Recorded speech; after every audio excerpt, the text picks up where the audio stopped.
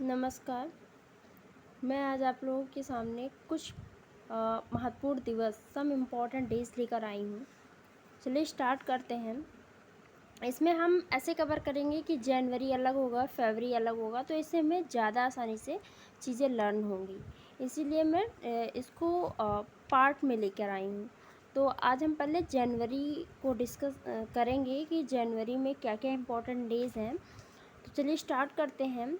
With trick के साथ इसको देखेंगे। अगर आपको वैसे ही याद होता है तो वैसे याद कर लीजिए, और मैंने अपनी खुद की एक ट्रिक बनाई है तो हम उससे भी आप लोगों को परिचित कराएंगे। आप लोग देखिएगा, अगर अच्छी लगे तो ट्रिक को ज़रूर फॉलो कीजिएगा। से 9 डेट को क्या है, 9 तारीख को प्रवासी भारतीय दिवस, 10 को विश्व हिंदी दिवस, फिर 10 को ही विश्व हास्य दिवस मनाया जाता है।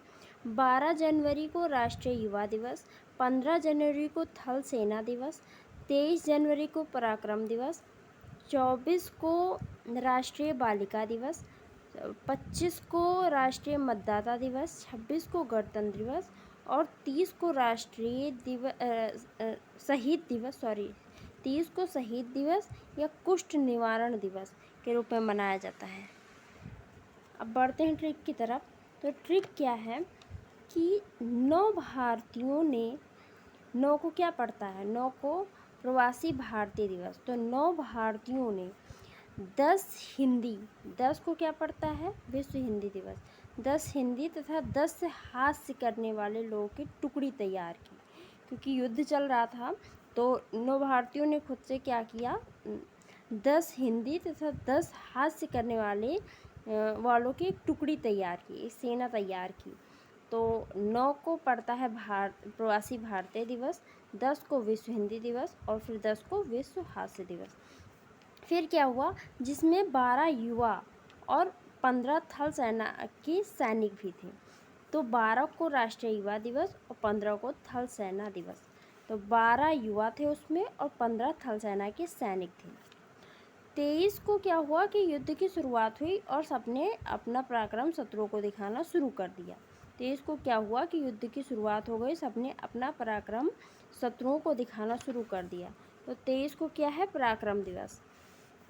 फिर 24 को कुछ बालिकाएं भी युद्ध के लिए आईं। अब देखो, लड़कियां भी पीछे नहीं, वो कह रही हैं कि मुझे भी शामिल करो इस युद्ध में, सब लोग खुद ही क्यों लड़ रहे हो। तो 24 डेट थी, 23 को तो युद्ध शुरू हुआ था, पराक्रम दिखाना उन्होंने शुरू किया था, 24 को तुरंत कुछ बालिकाएं भी पहुंच गईं।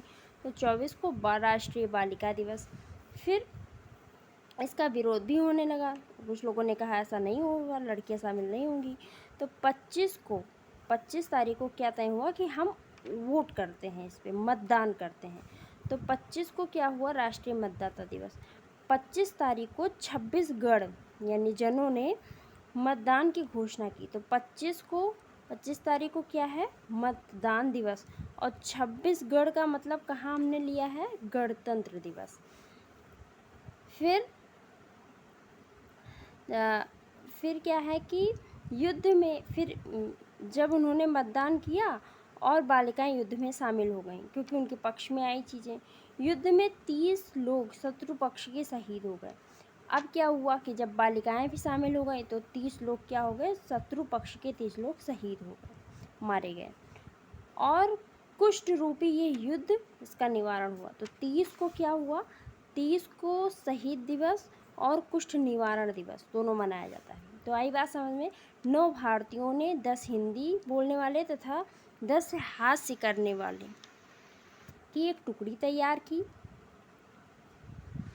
जिसमें 12 युवा और 15 थल सेना के सैनिक थे। 23 तारीख को युद्ध की शुरुआत हुई। 24 को कुछ बालिकाएं भी आईं, जिसमें विरोध होने लगा। फिर 25 तारीख को सबने कहा कि चलो वोट डालते हैं। तो 26 जनों ने मिलकर मतदान किया, 26 जनों ने मिलकर मतदान किया।